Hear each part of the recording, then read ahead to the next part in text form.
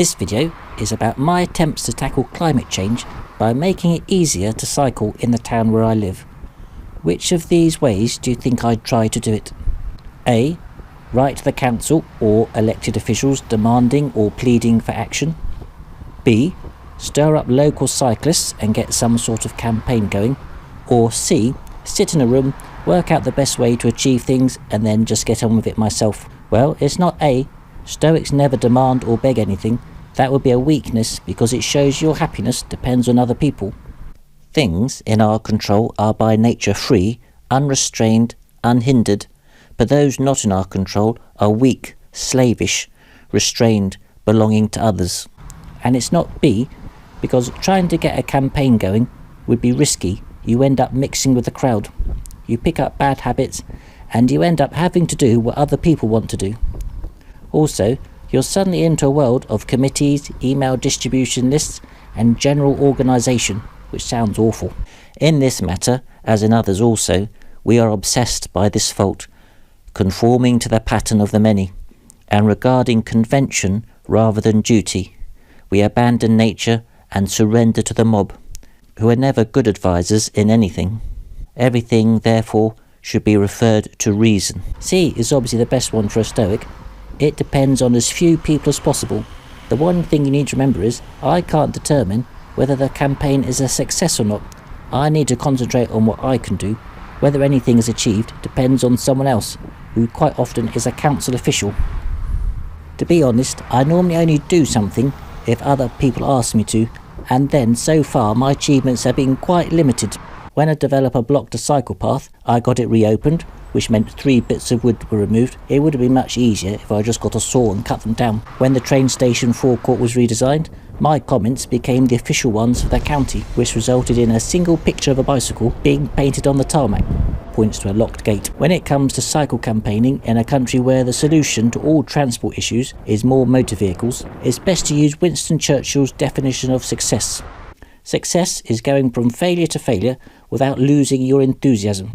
But in the last year, I've managed to get about £2.5 million allocated towards infrastructure that will make it easier to cycle. And I've done it by following Seneca's ideas. Love reason and learning, and this love will help you against the greatest hardships. In this video, I'm going to tell you how I did it. Step number 1, don't do anything. It's much better just to accept the world as it is. There's so much wrong with the world, you could spend your entire life trying to fix it and never get anywhere. I'm going to call the campaign the Danger Road Cycle Path Campaign.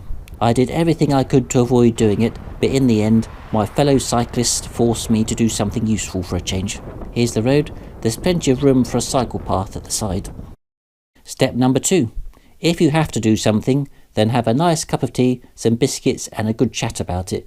Being in the company of like-minded people is a great comfort, and there's always a chance someone will come up with a good idea. The first and easiest thing to do is to email the organisation that's responsible for the issue you're campaigning against. It's their reply that affects the whole direction of the campaign. As Nelson Mandela would say, it's the oppressor who decides the nature of the struggle. The process itself is much more important than any possible objective. You find out what the issues are, how the authorities think. You can say out loud in public something that is very important to you. In the part of Britain where I live, the county council is the highway authority. A typical county council is responsible for a population of between about 1 and 2 million people. I emailed my contact there, and within a few days I got a reply. They had added our cycle path to the list of projects. So the first thing we've learned is that the council thought they might want to build the cycle path, but it wasn't a priority. Now we know the direction of the campaign. We need to raise the path's priority. Quite often, you can tell if the authorities support what you're trying to do. For example, the council might normally send me emails, but these become part of the official record. Anyone can request to see these through a Freedom of Information request. Sometimes, instead, I get a phone call. Maybe an official suggesting, in a very roundabout sort of way, how I might find a different route to achieve something. Step number 3. More tea and biscuits. And someone's had a good idea. Why don't we build the path ourselves? The idea of not needing to rely on the council or anyone else is music to the ears of a Stoic. I didn't think we could actually build it ourselves, but that if we tried, then someone at the council would feel sorry for us and take over. When it comes to cycle campaigns, anything more complicated than drinking tea and eating biscuits can be a bit of a struggle.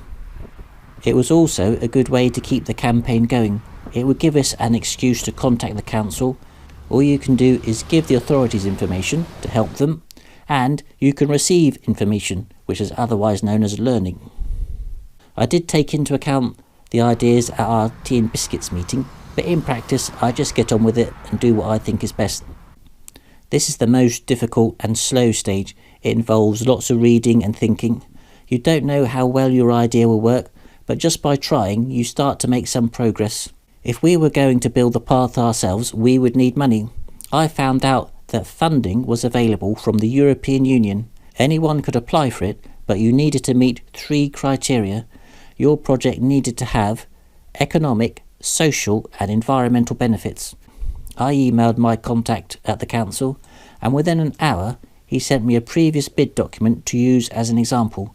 I could have found one online, but I just wanted an excuse to contact the council and tell them what we were planning to do. The county was prepared to play along with our plan. By sending us an example so quickly, they showed us they wanted to help us. To give quickly is to give twice. They were encouraging us. Here's my version of the bid document that would have been sent to the European Union.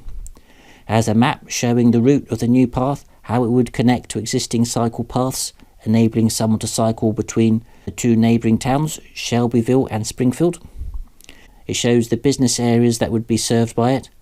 Here's the traffic survey I carried out. I hid in the woods for 2 days, counting number of people who cycle the route. I noticed that a very small proportion of people cycling were women, and there was a significant number of young people who might not be old enough to drive or to afford a car. In Britain, about 1/3 of people cycling to work are women. On our road, maybe it was only 2 or 3%. So if women were afraid to cycle on the busy road, a cycle path would bring social benefits. From the survey, most people cycling the route seemed to be commuters who lived in Springfield and cycled to Shelbyville each morning and then returned in the evening.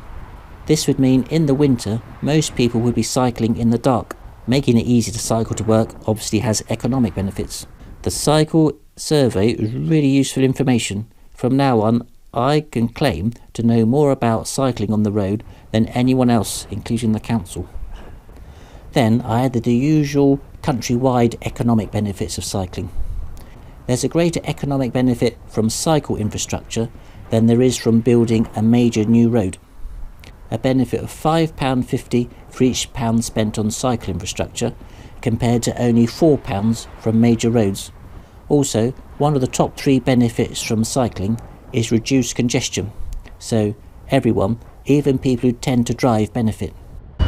Road planners now generally accept the principle of induced demand. Make it easier to drive, more people will drive. Make it easier to cycle, more people will cycle.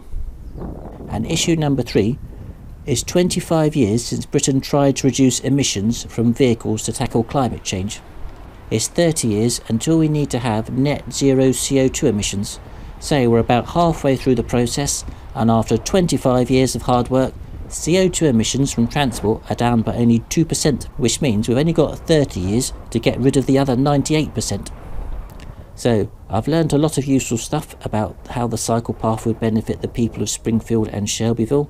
I know the document isn't anywhere near ready to send to the European Union, but I ran out of ideas and started to get bored, so I just sent it to the council. After a few days, I get a reply telling me I don't need to do any more work on the document. They'll prioritise it, and they start to produce an initial design. More interestingly, they allocate £180,000 towards the building costs. The money comes from a property developer in return for permission to build a new hotel in Springfield. So that was the end of our plan to build the path ourselves. From now on, the campaign was one of trying to get the council to build the path that's safe and easy to use, one that meets even the most basic guidelines, plus we need more money. Step number 4. Normally, this is the easy part. I declare victory and go back to my normal life and attempts to have a peaceful mind by ignoring the rest of the world around me. But this time, this is where the troubles begin. Because the council haven't so much produced a design for a new path, all they've done is drawn a line at the side of the road and written the word cycle path next to it. There's no thought, for example, about how someone would join or leave the path. The dimensions don't meet any recognised standard. I know how the path should look if they had followed the guidelines. Britain is full of respected organisations who have experts on the subject. Here's the design for the Danger Road path. Here's the guidance from Highways England. It is only guidance. Legally, councils can come up with any design they like. So, it's too narrow to be safely used by people cycling in both directions. And the safety buffer between the path and the road is too narrow. Remember, most people cycling on the path will be using it in the dark in the winter time. 50 centimetres of buff-coloured tarmac will make it too easy to cycle off the edge of the path into the road by accident, especially when dazzled by the lights of oncoming vehicles. And in one place, the design even expects there to be a parking space in the middle of the path so the council's own employees can park there. They think about the issues and agree at least to remove the parking space, but they won't increase the width of the path or the buffer. I phoned my contact in the council and asked them if they've built any similar paths. They have, so I put my bicycle on the train and I go down to try it out. I cycle up and down, I pass other people cycling, I look at the road, I talk to other people who are cycling along the path. So now, I know more about the council's own cycle path designs and how it works in practice than the council does. I don't try and win an argument, I just try and learn about the world. It gives me this great sense of joy and freedom. The council agrees to make the path 50 centimetres wider, but they still won't widen the safety buffer. After a couple more emails and phone calls, we agreed to wait until the rest of the money is available. By now, it's about 2 years since the start of the campaign, and I think I've probably spent about 2 weeks working on it altogether. The council has bought the land, but there's no prospect of any more progress without the funding, so we have to wait. So far, I've been in a world of reason and learning. I find things out, maybe by hiding in the woods, reading up on the subject, or just cycling up and down. I've been in a world where I do whatever I want. I type things into my laptop, send some emails, and things happen in the real world. In the next video, I have to leave this world behind and enter one full of ignorance and opinions, where people quite often speak without understanding the issues. I'm going to have to talk to ordinary people, say nice things to them, come dangerously close to letting my happiness depend on other people. It's going to be awful. To get a safe path built, I'm going to have to enter the world of politics. So I stand up? I think sit down. So, £0.18 million raised, £2.32 million to go.